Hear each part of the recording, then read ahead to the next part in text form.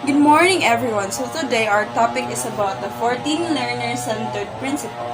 So the 14 learner principle pertains to the learner and the learning process. They focus on the psychological factors that are primarily internal.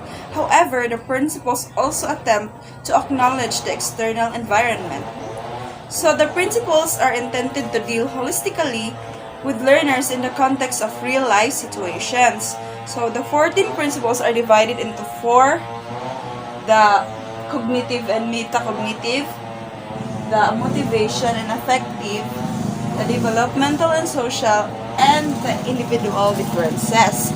So the 14 principles are intended to apply to all the learners, to parents, administrators, and to all community members involved in the educational system. So, moving on, our first factor is the cognitive and metacognitive principle. Under the cognitive and metacognitive is the nature of the learning process. So, in the nature of the learning process, it states that the learning of a complex subject matter is most effective when it is an intentional process of constructing meaning from information to experience. And the second one is the goals of the learning process. The goals of the learning process is that the strategic nature of learning requires students to be goal-oriented. Educators can assist students or their learners in creating meaningful learning goals that are consistent with both personal and educational aspirations and interests. And the third one is the construction of knowledge.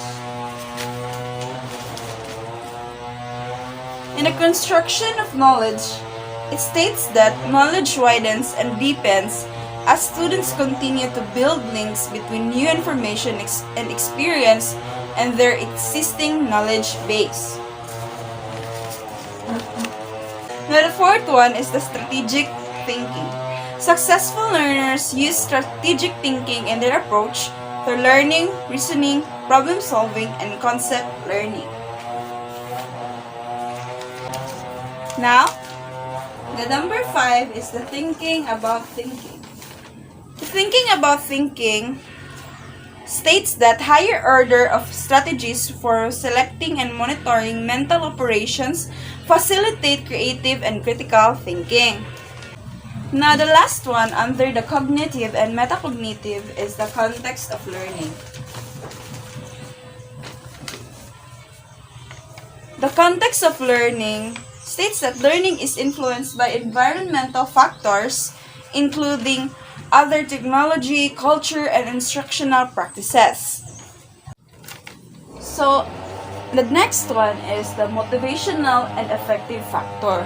Under it is the motivational and emotional influences on learning.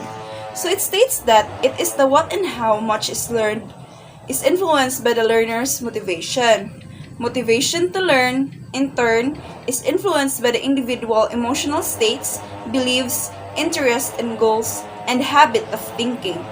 And the students' belief about themselves as learners and the nature of learning. And the positive emotions such as curiosity generally enhance motivation and facilitate learning performance. However, intense negative emotions and related thoughts generally detract from motivation and interfere with learning and contribute to low performance. Now, the second one under the emotional and affective is the intrinsic motivation to learn. So in intrinsic motivation to learn, it states that the learner's creativity, higher order thinking, and natural curiosity all contribute to motivation to learn. Intrinsic motivation is stimulated by tasks of optimal novelty and difficulty, relevant to personal interest, and providing for personal choice. Now, the third one is the effects of motivation and effort. So, effort is another major indicator of motivation to learn. Effective strategies include for purposeful learning activities guided by practices that enhance positive emotions and intrinsic motivation to learn, and methods that increase learners' perceptions that a task is interesting and personally relevant. Now, let us talk about the third factor, which is the developmental and social. So, the first one under the developmental and social is the developmental influences on learning. The developmental influences on learning states that there are different opportunities and constraints for learning. Learning is most effective when differential development within and across physical, intellectual, emotional, and social domains is taken into account. Individual learns best when the material is appropriate to their developmental level and is presented in an enjoyable and interesting way. Now, awareness and understanding of developmental differences among children with and without emotional, physical, or intellectual disabilities can facilitate the creation of optimal learning contexts. The second one under the developmental and social is the social influences on learning. In the social influences on learning, learning is influenced by social interaction, interpersonal relations, and communication with others. Learning can be enhanced when the learner has an opportunity to interact and to collaborate with others and in instructional tasks. Positive learning climates can also help to establish the context for healthier levels of thinking, feeling, and behaving.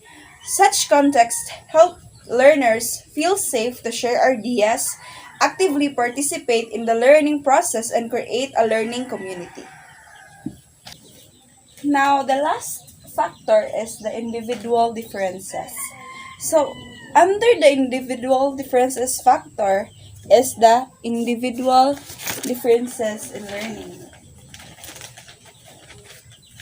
So, the individual differences in learning states that learners can have different strategies, approaches, and capabilities for learning that are a function of prior experience and heredity. Individuals are born with and develop their own capabilities and talents. Educators need to help students examine their learning preferences and expand and modify them.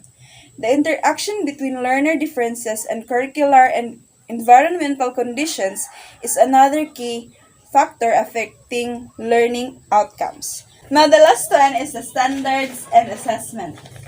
In the standards of assessment, it states that setting appropriately high and challenging standards and assessing the learners as well as learning progress, including diagnostic process and outcome assessment, are integral parts of the learning process. So, assessment provides important information to both the learner and the teacher at all stages of the learning process. Performance assessments can provide other sources of information about the attainment of the learning outcomes. Now, these are all the 14 learner-centered principles. So, in conclusion, Alexander and Murphy gave a summary of the 14 principles and distilled them into 5 areas. Number 1 is the knowledge base. Number 2, the strategic processing and control. Number 3 is the motivation and effect. Number 4 is the development in individual differences. And number 5 is the situation and context. That is all. Thank you.